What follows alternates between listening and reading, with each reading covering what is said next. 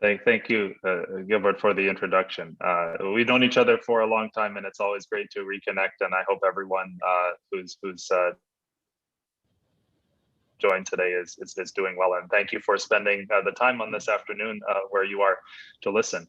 I hope to share my perspective on the topic of metal additive manufacturing, aka 3D printing, which is a relatively new topic for me, something I've been working on for 5 or 6 years. It is representative of what it's like to be at a place like MIT, where you just get into different things and can be distracted and then have a distraction turn into something that is really meaningful. And the number one reason for me here is that this topic is a lot of fun because it has great fundamentals in materials processing and metrology and so on, and also seems to be of great interest to industry. And that's one of the points I'll make today.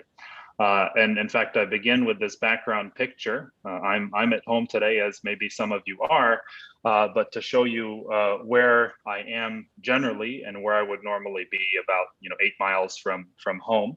So use Google Earth to take us around the world. And if the video is coming at some rate, you'll see we're zooming into the MIT campus. And then if you can see my pointer, I'm circling the building. Building number 35, where we have our lab at MIT and where most of MIT's, you could say, classical manufacturing work is done. And on the slide, it said Metals Processing Laboratory above the title. And that actually is because the building, when it was built, was the home of the labs of the Department of Metallurgy and Material Science, in addition to Mechanical Engineering. And Material Science department is amazing at MIT. The metallurgy is gone from the title, but back then, metals processing was also a big deal, as it's been for a long time. Sorry, there you see the title. My lab is up there. I didn't do anything really with metals when they put my lab up there. And then down here where you see the lights is our machine shop, where we teach undergraduate manufacturing classes. And here's my reflection in the bottom window, taking the picture across the street. I kind of like this to give us a real place anchor. I wish we were, of course, all together in person. And also to say, coincidentally, down here, like right about where my image is reflected, in about 1990, MIT built its first 3D printer. And there are many innovators across the world in what became 3D printing at that time or earlier. And MIT was the first team to call it 3D printing, and they invented the process we now know as binder jetting, where you see in the schematic here, you build a 3D object by spreading a powder and then using inkjet printing to deposit a binder onto that powder. And that makes it a very versatile process, but also makes it quite complicated in the machine precision, the controls, and also the post-processing to achieve a good quality component, which we'll talk a little bit about. And also showed that while this was arguably before its time, the idea of the 3D printer as a digital manufacturing machine involved the same ingredients that it does today. Specifically, we say the hardware, the materials, and the software and controls. And the advancement of all those things together, as well as the readiness of organizations and researchers to do more kind of digital design and engineering, is what makes 3D printing of such strong interest today in places where it truly makes sense. And if you walk around MIT and visit faculty in their offices, you sometimes find things like this, a model of MIT's main building made on one of those early 3D printers. So a bit of history from my side of the world, not to say that MIT was the only institution doing 3D printing or establishing those early innovations, but I think pretty cool for me to think that one of the first 3D printers was built just a couple floors beneath my lab. And when we think about the impact of 3D printing, aka additive manufacturing today, I like to think of the product life cycle. So every product we use has a life cycle from, you could say, the first concept, when someone has the idea, sketches it out, to the end of life, which could be when that product or that entire family of products is no longer used in service, like the last Boeing 747, going out of service. And at the early days, as still now, 3D printing was used primarily for prototyping. Even though it was really expensive and low quality, it presented this transformative way to prototype objects quickly, to accelerate product development and test products. And later on, and of course still now and even more, at the end of life. So making service parts for supply chains that are difficult to maintain over time, such as this example of repair parts for a Mercedes truck, a heavy duty sort of off-roadish utility truck, and there are some metal parts for housing temperature sensors under the hood. But what's really happening, notwithstanding those end applications, is production. And additive manufacturing is still a small fraction, a very small fraction of manufacturing overall, but there are more and more applications where 3D printing is used to create high value components that are used in the production part of the product lifecycle, namely aerospace and spacecraft components. I truly believe that 3D printing is one of the technologies that will bring humans to other planets, including what SpaceX and many exciting public and private organizations are doing, along with valuable things like medical devices. There's millions of implanted medical devices that are made using 3D printing, such as components of hip implants. That's the dome thing you see at the left. The entire industry of in-ear hearing aids was transformed by 3D printing in literally 500 days, less than 2 years, not printing the electronics, but printing the custom, structure of the hearing aid that goes in someone's ear, and that required a digital workflow. And we're seeing things like certain pharmaceuticals being 3D printed for controlled release or for rapid release if someone has difficulty breaking down a particular medicine or pill. And consumer products, not many yet, but midsoles of some running shoes, for instance, let us see the pathway toward new business modes, new product designs, and so on. So this is super exciting. And in that production use cases drive value, that value is what's turning investment back around into the front end of the industry and allowing researchers to see the potential, allowing investors to see the potential gain. And that's one of the things that I consider to be so fun about working in this area. And so we say, does 3D printing ultimately give us the dream of manufacturing anything, anywhere? We can take a physical factory and we can turn it into this multi-purpose tool set that is driven by digital data. I don't think we'll ever fulfill this phrase exactly as on the page, but certainly 3D printing lets us consider how to be more flexible, how to develop new materials more quickly, and how to innovate in terms of product design and applications. And the heart of the talk will be on some technical research we've been doing in my lab at MIT and what I think some of its potential is in the future. But to continue giving you a bit more of this big picture, let's drill down in some of the real value propositions of additive manufacturing at the, you could say, organizational industry level. So the one I indicate here is that traditionally we think of research and product development as being orthogonal. At least I think of it. You work on something in your lab or in a corporate research organization, and you get it to the stage where you've proven it works, and then you insert it into a product development process to be able to eventually reach the market. That takes immense amounts of time. And one thing that 3D printing can do in general is bend the curve there. So allow you to more quickly develop materials for insertion in new designs and new products. And aspirationally, as I get to the end of my talk, you'll see that we hope in the future to be able to tailor materials in a more customized fashion to not only improve properties, but make them, you could say, application or component specific.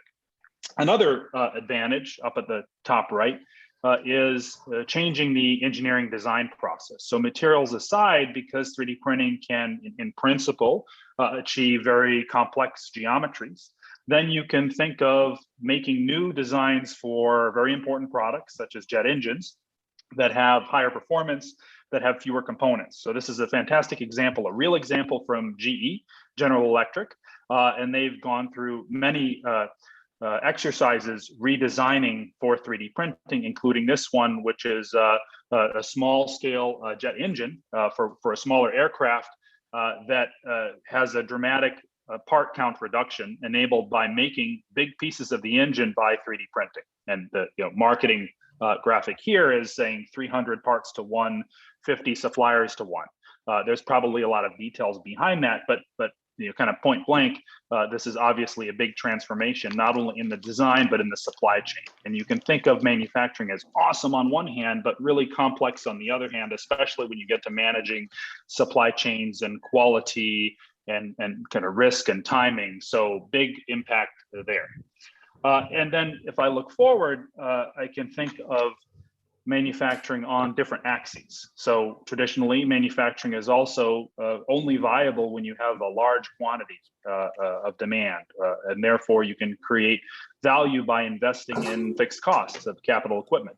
Because 3D printing is more flexible, different companies, different businesses can think of leveraging customization as well as production volume, or leveraging complexity in design as an advantage in performance or as an advantage in making their operations simpler. So by and large, organizations that get into 3D printing or digital manufacturing can be more agile in moving their positioning across this sort of conceptual three-dimensional space.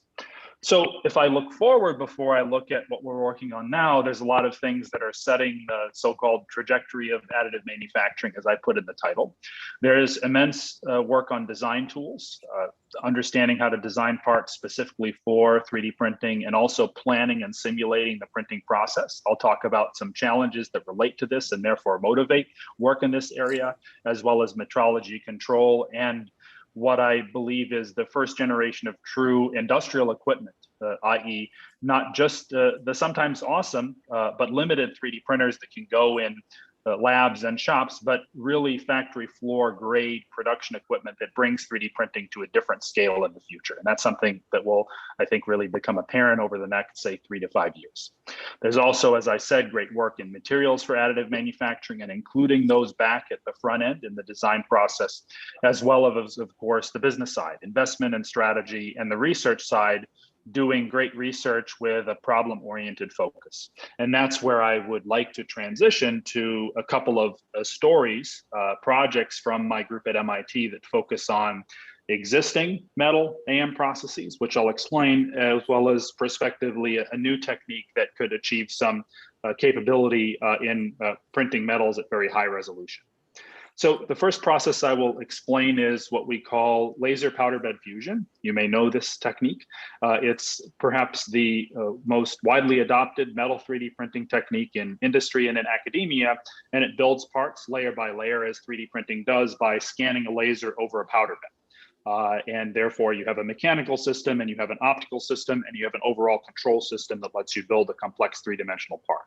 And commercially, machines look like this, many thousands of machines around the world. This one made by Renishaw, a manufacturer of not only 3D printers, but metrology equipment and precision fixtures and so on. So the part would be built in a chamber inside this window.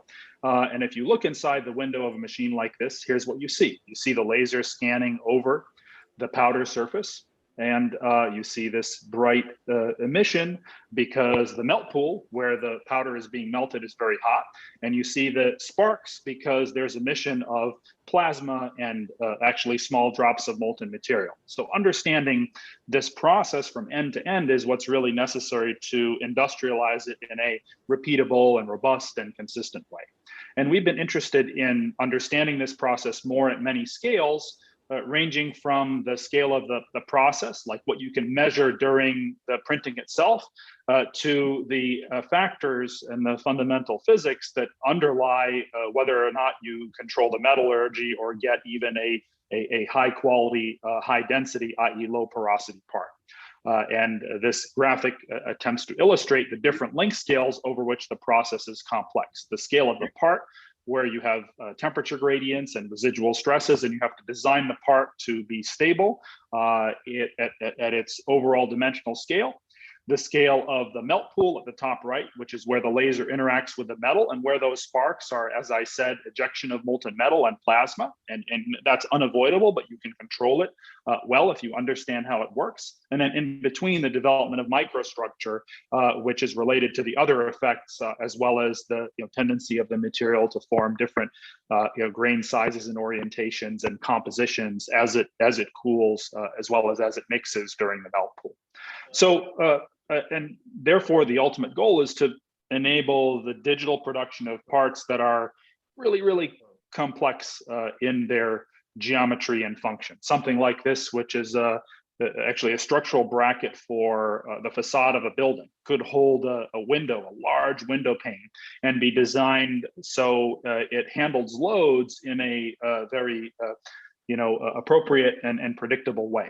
This is not like an immediate application of 3D printing, but it's a great example of a part with this kind of hierarchical complexity. You have an organic shape that could only be designed using an advanced algorithm, and you have the solid structure and you have the lattice structure. So think in terms of what I shared about the fundamentals of the process and the factors that govern the quality of the material in terms of the geometry of this part. And basically, you need to understand the process at a level of each individual pixel or voxel to be able to change the process conditions as you need to build this part with the same quality everywhere. And that is, in my opinion, kind of the grand challenge of metal additive manufacturing, and perhaps additive manufacturing overall. And in order to contribute to that, we need to build up our understanding about all the stages of the process. So now I'm going to go from kind of cool picture motivation to a very specific topic, and that is, how do we start to understand the role of the powder, the feedstock that goes into the 3D printer, in determining the quality of the part?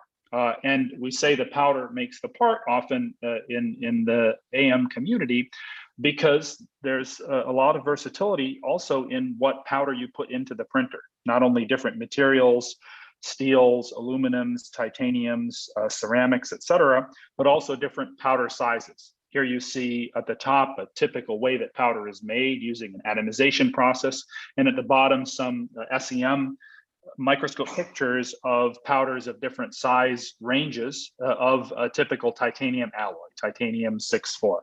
And one thing you notice across the different size ranges is from the finest powders to the largest powders, the powders become sort of less sticky or clumpy. And in the opposite way, finer powders are much more cohesive and behave much more differently as you spread the powder, which is the step of powder distribution inside the AM process. So this is a starting point, and it's actually a starting point based not on experiment, but modeling. And a great example of kind of serendipitous collaboration, because about 4 years ago, I was contacted by a professor in Germany at the Technical University of Munich who expressed interest in beginning to work together on computational and experimental understanding of laser powder bed fusion. And from his group, Professor Wolfgang Wall, a postdoc, came over to MIT, spent a couple years at MIT, and we worked together to develop this research area that I'll describe. And the first part of it, led by Christoph, the postdoc, and largely the team in Munich, is a model of powders flow and spreading in metal 3D printing. And it uses a technique called the discrete element method, which is a well-established computational technique. And therefore, it lets one in the computer build a model of all the mechanical interactions between powder particles as you spread them or as they flow in a particular apparatus. And maybe more so than the equations, we like to see a video. And here, hopefully at least the end frames will come. This is a video of the simulation, which is showing the difference in spreading between a standard powder, where you would say that the cohesion between the particles relative to the gravity forces, i.e. their weight, is low, and a powder that is the same in its relative size distribution, but has much greater cohesion between the particles. And left to right, you do see some important differences between, for instance, the roughness of the powder bed between the case without adhesion and with adhesion. And therefore, I tell you now, one of our motivations in this project was to build up a model and in parallel experiments that can represent hopefully the real properties of the powder when it comes to how it spreads in a 3D printer. So you could do a simulation after knowing, say, the size distribution of the powder, or you could look at a chart and you could understand what is the thickness that I need to spread in order to have a good packing density of that layer, which then results in better outcomes of the 3D printing process. And one important aspect is, of course, to calibrate the powder model to experiment. Oops. I think there's a timing. Oops. There we go. So you should see here a picture of some piles of powder in model and experiment that that are actually dropped out of a funnel. And this is actually a very simple way that we calibrate the model to the experiment, because in the model, we just need an effective measure of the cohesion of the powder particles to one another. And this is done by simulating an experiment, a physical experiment called an angle of repose test, where you have powders of different relative cohesion energies relative to the weight of the particles, and you fit the model according to this angle of repose in comparison to the same set of experiments that you do in the lab. And therefore, we can, in the model, to first order, it's not a perfect calibration, be able to represent the cohesive properties of this real powder in the lab. And you see less cohesive powders get a larger angle of repose and therefore form a shallower pillar. And if you do this test, drop powder out of a funnel with more cohesive or sticky powders, you get a sharper peak. And that goes from left to right. And there you can see the relative scaling of the surface energy equivalent to the particle size. So this becomes a way to calibrate the model, and therefore you can get information that lets us reproduce experiments in simulation like so. And you get a lot of charts by doing parametric simulations. For instance, you can relate the average packing fraction of the powder in the layer, which would be the bulk density of the powder layer relative to like a solid plate, with the relative cohesion of the powder, and with the layer thickness, the thickness of the powder layer relative to the maximum diameter or the average diameter in the powder size distribution. And you can look at other attributes like the spatial variation of the powder packing or the roughness of the surface and so on. And while the simulation is not cheap computationally, it lets you both run a large number of experiments in the computer. What is the effect of the cohesive forces? What's the effect of the particle size? What's the effect of the speed of spreading? And also get more quantitative information that is in fact difficult to measure in an experiment. But that said, what we have been doing in parallel is asking ourselves, how can we correlate these models to experiments, i.e. how can we measure the density of a layer that we spread in the lab?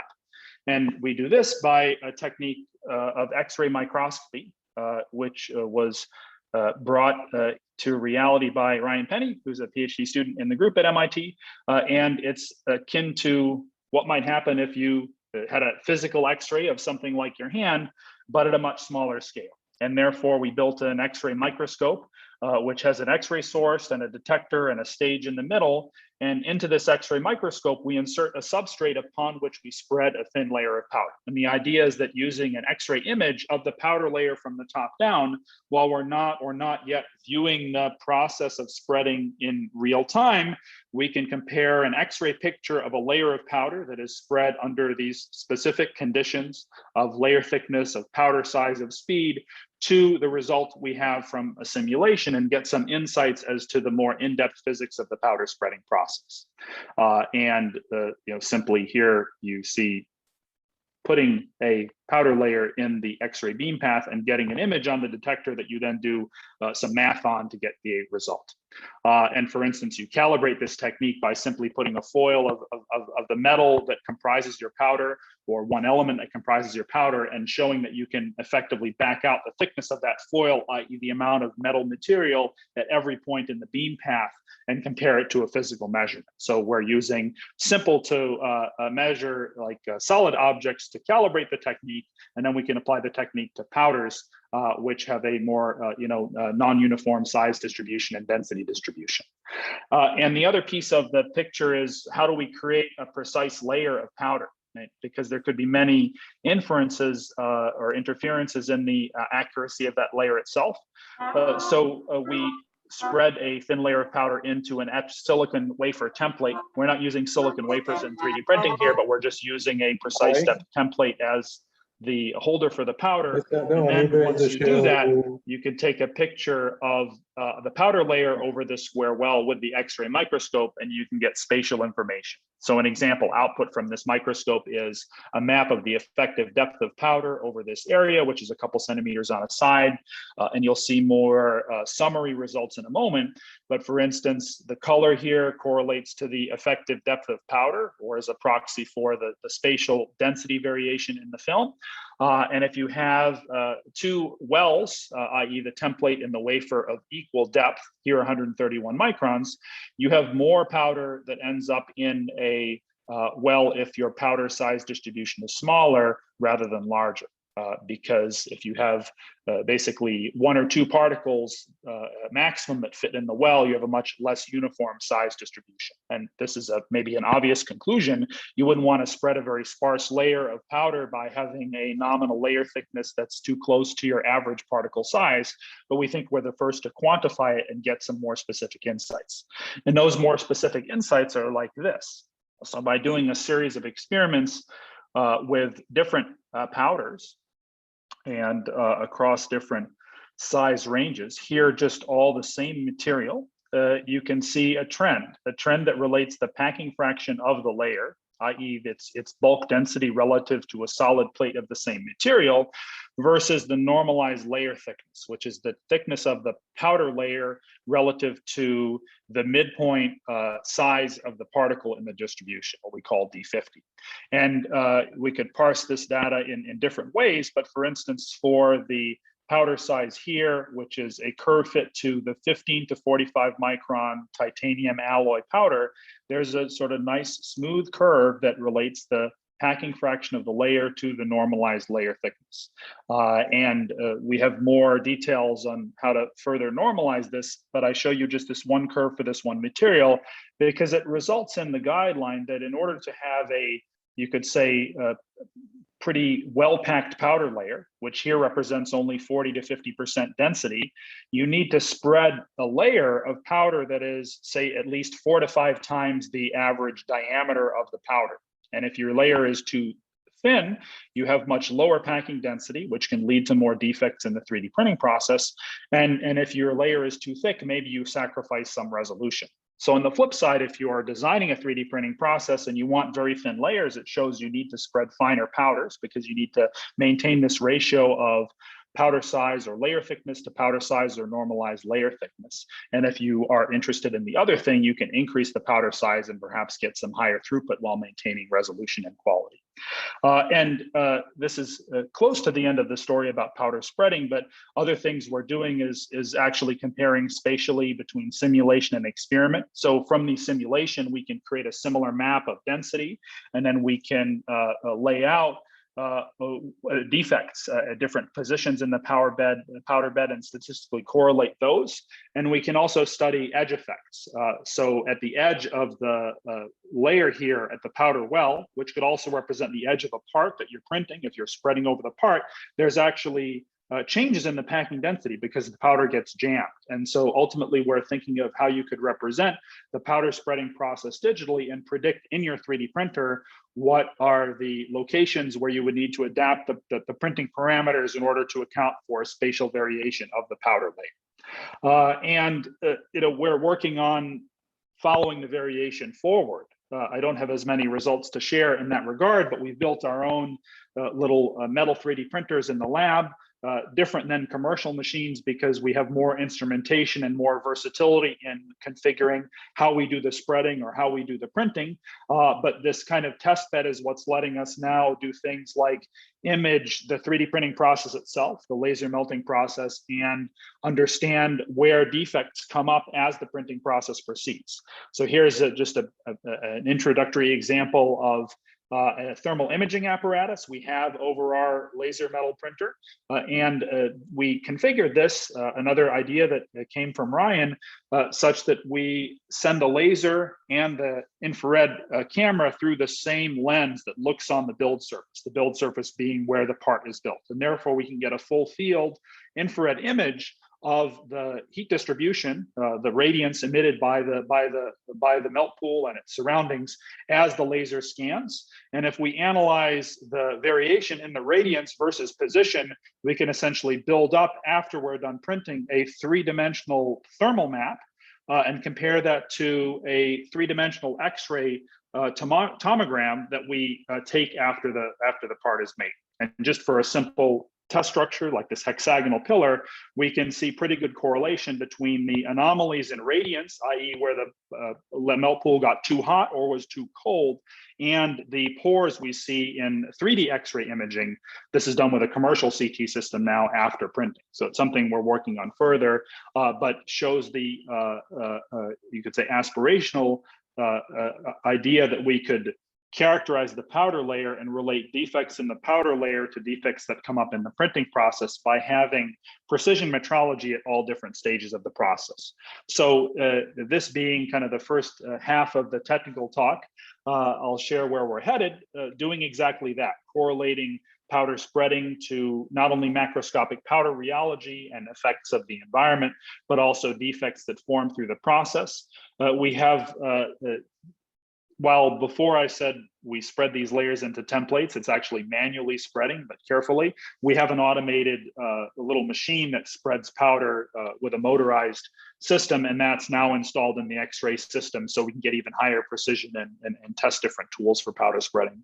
And then we have another arm of our work where we're collaborating with metallurgists, for instance, to use our understanding to explore new alloys, lightweight alloys, refractory alloys, and so on. And I think this technique could also apply, though we're not working on it, to polymer and ceramic powders, because powder size and cohesion has a big effect on spreading basically any powder that you want to use in 3D printing.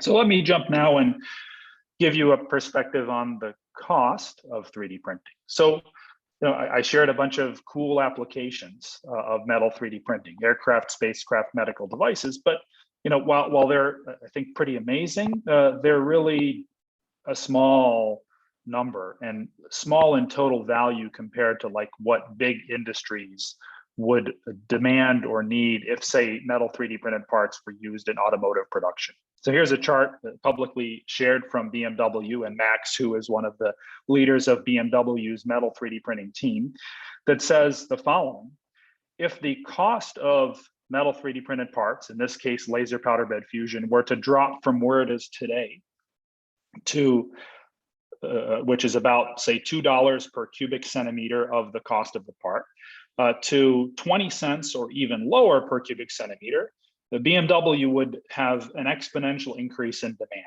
which kind of makes sense. Automotive is a very cost-intensive industry, and therefore, cost drives what they, would require or be able to purchase as a production process. And it shows right now we're far away. But if you imagine a 10x or more reduction in the cost, the market impact of metal 3D printing would be much larger.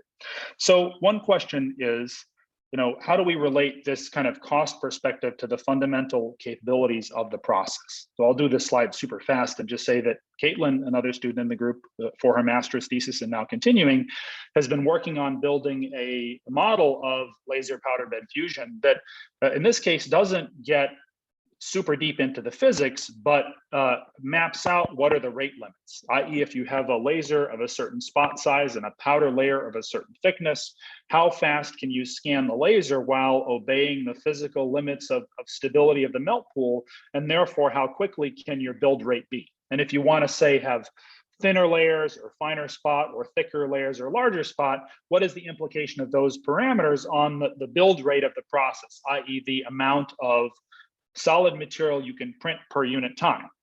And we can turn this sort of physical rate map of laser powder bed fusion into a throughput model and a cost model for printing at scale. And we can take the cost, i.e. like what it costs to purchase existing commercial machines, and we can combine the cost of those machines with our model of how quickly they can print to get a kind of parametric cost model where we can predict the cost of producing a specific part by 3D printing according to the machine parameters, like the measure of dimensional resolution or just how many lasers the machine has. And we can create cost versus quantity curves and understand these trade-offs, like what machine characteristics would you want to reduce the cost and time for prototyping just one part? Or what machine characteristics would you want and what cost could you reach if you take the most state-of-the-art machine on the market now and use it for production? So this can lead to more of a quantitative picture on the prior slide, demand versus time for an automotive company. And also on the right hand here, give us some sanity checks on how far the technology could actually go in economics. And the chart on the right asks, if I took the capital cost of existing commercial metal 3D printers, just, not exact numbers, but close enough numbers, and you imagine that the price tag of the machine was frozen, it didn't change, but somehow magically, like beyond reality, you increase the throughput of the machine 10x, 100x, 1000x by orders of magnitude. What would the cost per cubic centimeter of part be? And you see that it goes down. You see that it goes down a lot, and you learn two things mainly. One, if the rate of the process goes up by 10 to 100x per unit capital cost, which is maybe an impossible change, but one to say that's a limit. Then you get down to a stage where throughput per dollar of capital cost doesn't matter anymore. Other things like the material cost or the labor content involved to process the part matter more in terms of further cost reductions. The second thing is that if I look at the bottom two curves here, the light blue one and the black one that I'm pointing to, you see we identify a cost floor that is somewhere between 10 cents and $1 US dollar per cubic centimeter. So there are a lot of assumptions here, but it says that at present, as presently constructed, with current material costs and current machine architectures, even if you increase the throughput of the machines by 2 orders of magnitude, you would not get to the place where, say, BMW says that is really needed to have them require 1,000 tons of metal 3D printed parts per year. So it's maybe a dilemma, but also saying there's work to be done on the machine and process productivity, let alone the fundamentals, but also there's other big factors when you think of what is really necessary to reach lower costs for mass industrialization. And it's great that there's people around the world working on all of those things, but I find it interesting to put them all together in a cost model like this. So now I change gears and say, overall, as you may know, there's not just one metal 3D printing technique, there's many. And just like you would have a library of casting techniques or polymer shaping techniques, 3D printing in the future is the choice of the specific process that is more relevant to a certain application. And one could think of categorizing these processes in terms of scale, size scale, or prototype versus production, material, and level of quality. And so what I'll show you is a very early stage still in the lab. I'll say that we've been inspired to think about how metal 3D printing could be more like inkjet printing. So put laser powder bed aside for a moment and be inspired by the throughput of inkjet printing in other industries, printing stuff on paper, which still happens quite a bit, and printing, radio frequency tags on other substrates for asset tracking and so on. And realize that the advances in inkjet printing have been incredible over the past few decades.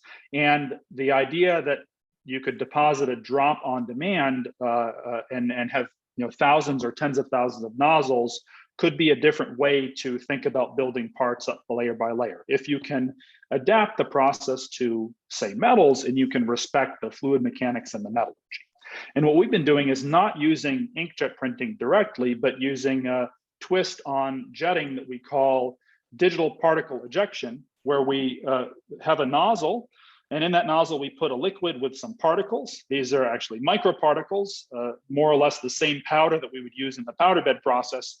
And we eject them not with a pressure pulse, as you would in inkjet printing, but with a voltage.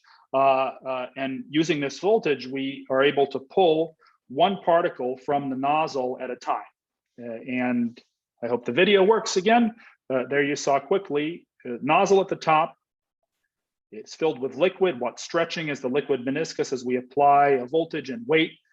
This video is a high-speed video slowed down, of course, and then all of a sudden the particle comes off with a little bit of liquid on it.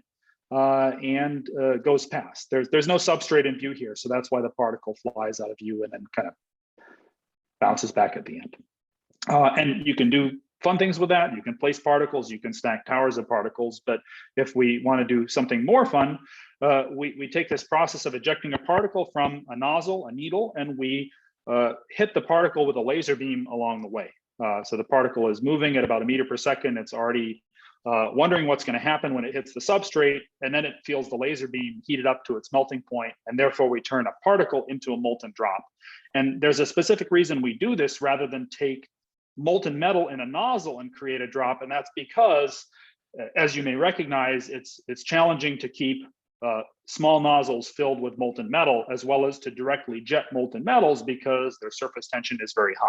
So this process of taking a particle, a powder feedstock, and then creating a fine stream of it and melting the particles one at a time with a laser is our approach to doing versatile jetting of metals, one drop at a time. And schematic on the left, picture on the right. Here's some videos. When you start out, it doesn't work so well. So particle ejected, explosive boiling on the surface, particle doesn't quite land in the right place. But if you just do more experiments and develop more intuition, what I call here improved process control, I'll argue to you that this particle that ejects is heated and melted. It's pretty cool how the liquid that's captured by the particle when it ejects actually separates in a pretty controlled way. And then the particle lands and melts, or the drop lands and melts. And I say it's molten because it was a sphere, and I know it was a particle of here, a solder alloy, so low melting temperature at the moment, but then it becomes hemispherical when it lands and sticks. You know, there's many kind of parameters controlling this process, but one simple way to slice it is to say, what is the combination of power density, i.e. the laser power in relation to the speed of the particle, and residence time, the time the particle spends moving through the laser beam, and whether or not the particle is melted. And we assess melting here simply by whether or not the particle deforms and sticks when it hits the substrate. And the top side of the graph is cases where the particle melts, and the bottom side is cases where the particle doesn't melt. And you can see a pretty clear transition here. And what you can do, one particle at a time, here again with this solder alloy, is therefore effectively control the drop temperature by controlling the laser power. If I have the same laser spot size, same particle size, same speed, and I just change the laser power, more laser power equals a hotter drop. And from left to right, therefore more deformation of the drop when it lands because it takes longer to cool, and more apparent mixing of the solid into the substrate. And then very carefully printing lines of particles with consistent morphology and interparticle melting there. And so what I think is maybe more exciting is we can do the same thing with much higher temperature metals. So here is a platinum ruthenium alloy, melting point about 1600 C, smaller particle size, 50 microns, and I'll run this back for you. Now it looks a lot more convincing that it's molten because it goes from, you know, kind of grayish to bright because it's glowing, and therefore it lands and sticks. And we can do this with fine particles actually on different substrates. You know, drop substrate compatibility also has a lot of factors involved, but suffice to say we can print drops on you know, dielectric substrates, other metal substrates, the same metal substrate, and we develop some models based on finite elements to predict the solidification time and also the shape of the drop once it solidifies. So we haven't studied this much more, but pretty interesting is that you see on these very small particles that become drops and melt at high temperature, these ripples, and the ripples are because of the solidification dynamics of the drop. The drop hits, it sticks, and it's jiggling as it solidifies, and these ripples are formed basically as the drop oscillates and it freezes.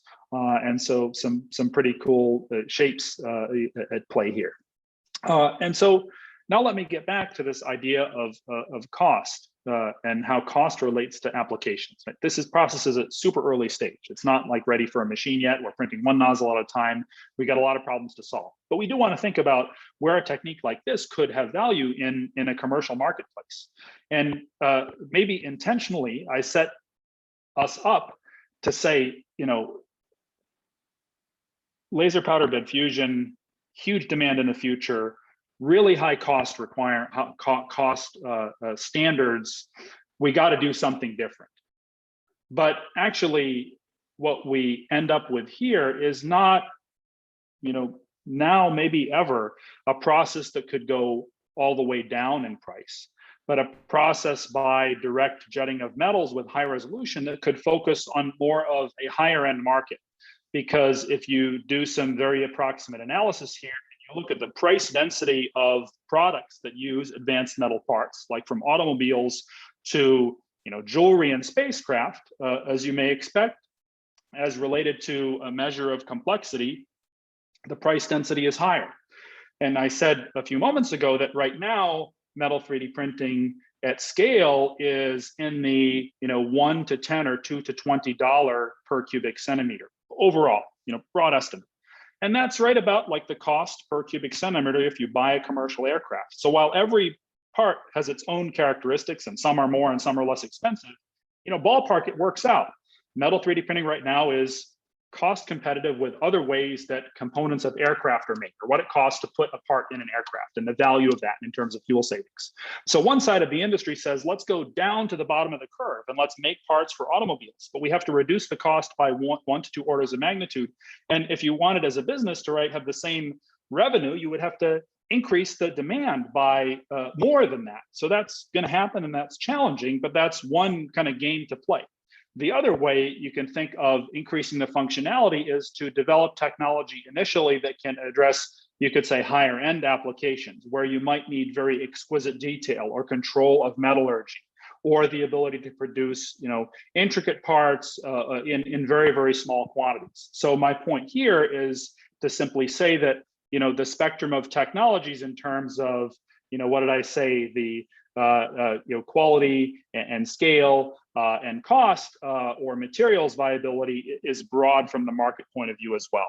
And with respect to our little process of jetting, where we think some specific applications might be, are in doing things like printing radio frequency conductors for advanced electronics, or high detail printing for jewelry or for medical implants, or for getting into the area of printing very high melting point metals, one drop at a time for various uses. I think there's a lot of potential uses in high temperature turbine engines, energy conversion devices, and so on.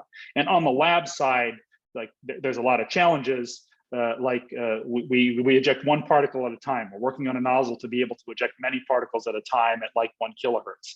And trajectory control and charge buildup on dielectric substrates are also difficulties. So let me close in just a few kind of high-level slides. I can take you back to the building where my lab is at MIT and say this. Actually, when this building was built, it was 1950 or so, and right around the same time, not in this building, but down the street and at a bunch of other labs around the world, there was also like foundational work happening in machining. Right? This is when machining, which was well established as a manufacturing process, first became computer controlled.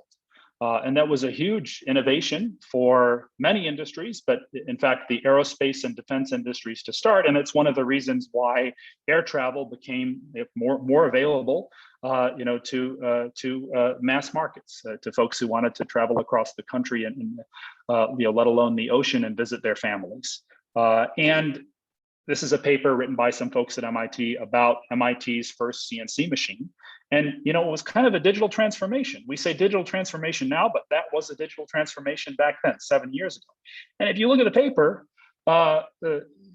it's actually a lot more about the controls and the software than it is about the machine itself. And I think that's also an important point. That was combining software, primitive software and electronics with hardware, and we're doing the same thing now. We're just thinking in another way with more sophisticated technology. So I'm a mechanical engineer and dabbled in materials and so on, but the thing that maybe I wonder about most going forward is actually the computation, right? How the computation is going to interface with manufacturing processes, from nanomaterials to energy devices to 3D printing. So this is not an area in which I work very much, but I want to understand where it's going and how it can influence my research and everything from 3D printers in labs to factory floors.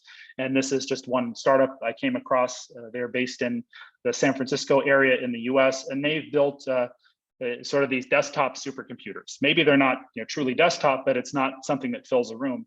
And their approach to this, and this is actually working in the national labs in the US now, is with a single wafer chip. So instead of having a cluster of processors and communicating between the processors to do very rapid AI computations, they make one processor that's the size of a wafer. And I think they've solved some pretty incredible yield challenges and dealt with cooling and thermal management of the wafer. So I use this as just a out there example to say that I feel that I don't fully understand, and maybe many people don't, the role that computation will play in manufacturing in the future, and how we will be able to change what we can manufacture and how we send manufacturing instructions across the world, considering the availability of simulation of a process and the cost of that versus the cost of prototyping or production. And that, in combination with flexible manufacturing facilities,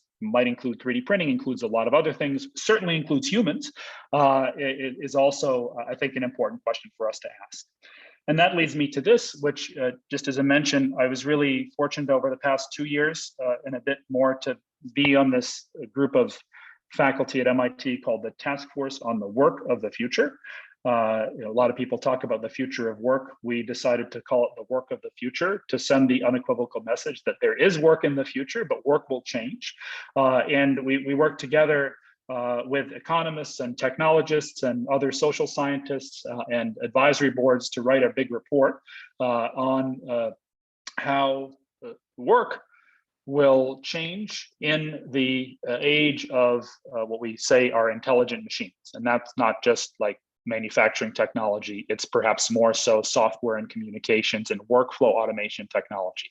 And the overarching conclusion of the report is not just a perspective on how these different technologies will work together and how industries are being transformed, but also that these technologies are at a state where, by understanding their implications, we can sort of co-develop the technology and the impact on humans. And that includes workforce education, and particularly in the US, where more people are rightfully thinking about what's the importance of manufacturing to the future of our country. How do we think about re-educating a workforce that is not in great shape? And one of my contributions, along with Hayden, who works closely with me, to this task force was a more in-depth report on additive manufacturing and some of these other implications for not just the technology, but the workforce and the product life cycle at the organizational stage. So if you like to think about big picture things, I encourage you to take a look at this, and I really welcome your feedback. And I think that's where I should end. So we have at least a few minutes before the hour, and thank all the wonderful collaborators and students and postdocs who made everything I shared possible. I just give presentations and write proposals and papers. You all know the real work happens in the lab. And thank you all for your attention. Thank you, John. Amazing as expected. I'm happy that you brought also forward metallurgy to the forefront. When I teach in my courses, everybody wants to do nano, and talk metallurgy seems to be something of dinosaur kind of science, and metallurgy is of really actualities. That's very, very fascinating. So if we have a few minutes, I invite questions for John. Yeah, can I ask a question? Go ahead, Sydney. Yeah, so John, thank you, really impressive talk. I was wondering, you were talking about the costs, and I wonder if that includes environmental costs. And what I mean is, when you machine a piece, there's a lot of waste. You take a big piece and you machine it down to get something. And I'm wondering if there's less than that kind of waste in this kind of manufacturing. And number one, and number two, if when you make the cost comparisons, if those factors are included. Yeah, great question, a very important one. Thank you. So I'll take the second question first. Our cost analysis is not considering the environmental cost, so you could say the life cycle cost. One way that I could expand in that direction, but still be simple, is say, for instance, if I'm lightweighting a part for use in an aircraft, maybe it's more energy intensive or like total cost of production, but I save fuel in the plane when I put it in service. And we've done some of that kind of equilibrium analysis. Yet others have more thoroughly answered the question of what is the big picture, and the answer depends on the specific scenario. I'll tell you a few things quickly. One, if you look at the embodied energy of the manufacturing process itself, 3D printing is much worse than, say, casting, because you're localizing the energy rather than keeping a big mass hot. Second, if I'm comparing, say, machining of a very intricate component to 3D printing of it, 3D printing can be, as you said, much more material efficient. So there's applications in aerostructures, which haven't made it to like qualified aerospace yet, but I can see them happening. Because as you may know, say take the wing spar of a commercial aircraft, that starts from a titanium billet that is painstakingly processed, and you waste about 90% of the material in machining. And you can recycle it and reprocess it, but that costs extra energy and time and money. And I think there's certainly applications that would already be cost savings, as well as you could say end-to-end beneficial. But it's important to think, as I'm sure you realize, like carefully about the big picture of the process, not just the economics that would make like a business decision in a purchasing organization of a company. Other questions? Yakov, you're on mute. Unmute yourself. Yakov, unmute yourself, please. Okay, thank you for the amazing talk. Quick question. When you heat up the metals locally like this, are you concerned about oxide formation and then thin layers of oxide, getting in between the metal layer and compromising the integrity of the metal film? Yes, definitely. Most of the laser powder bed processes are done in inert atmosphere.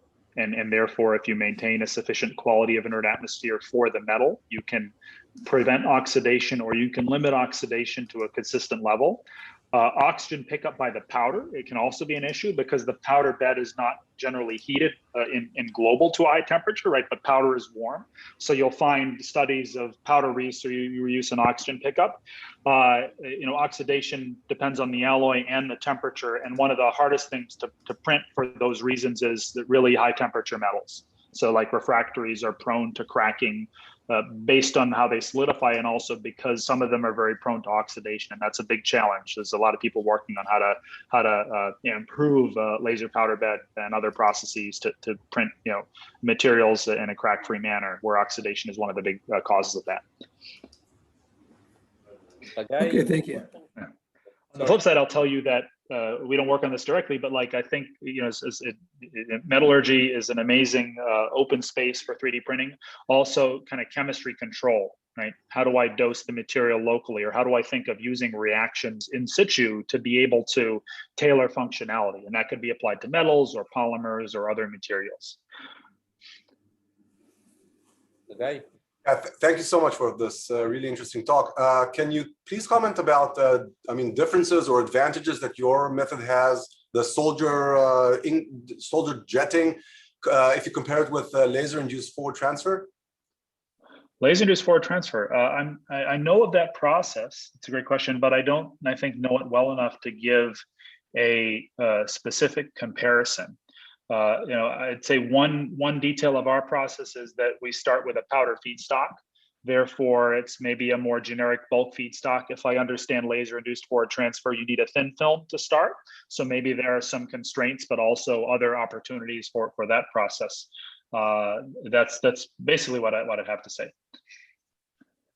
Next questions? Thank you. John, I had one question for you. Coming back to the BMW chart. Yes. I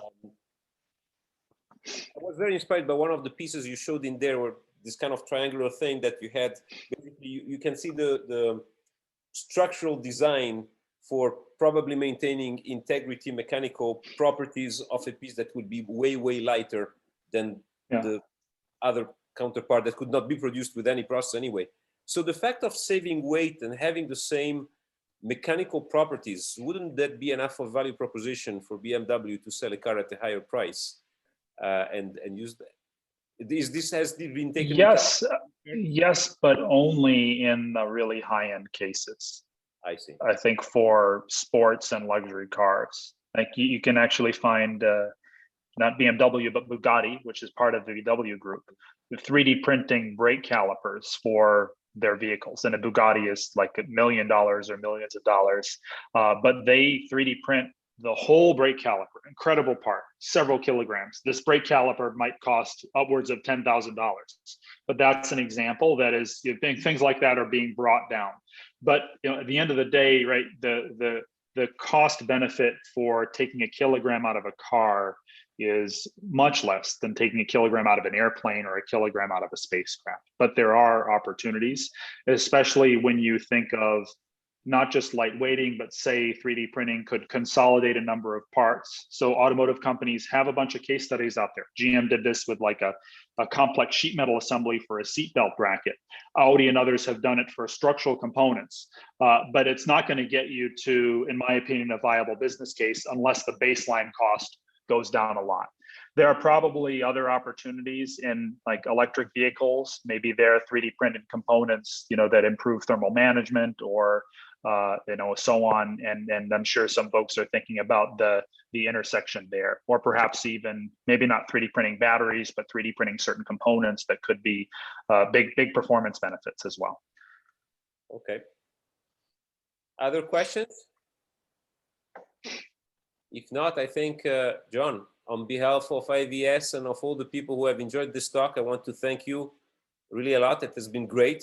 Thank you for accepting. Thank you for being available. Thank you so much. It's a pleasure, and pretty easy to join on Zoom. I miss meeting in person, but this is one of the great things, I think. So first of all, Zoom Live. This year there was no MRS as we talked about. I hope that one day maybe we have a chance from IVS side to get you coming here. Yes, that'd be fantastic. Okay. Thank you very much. Thank you, everyone. Take care. All the best. Bye bye.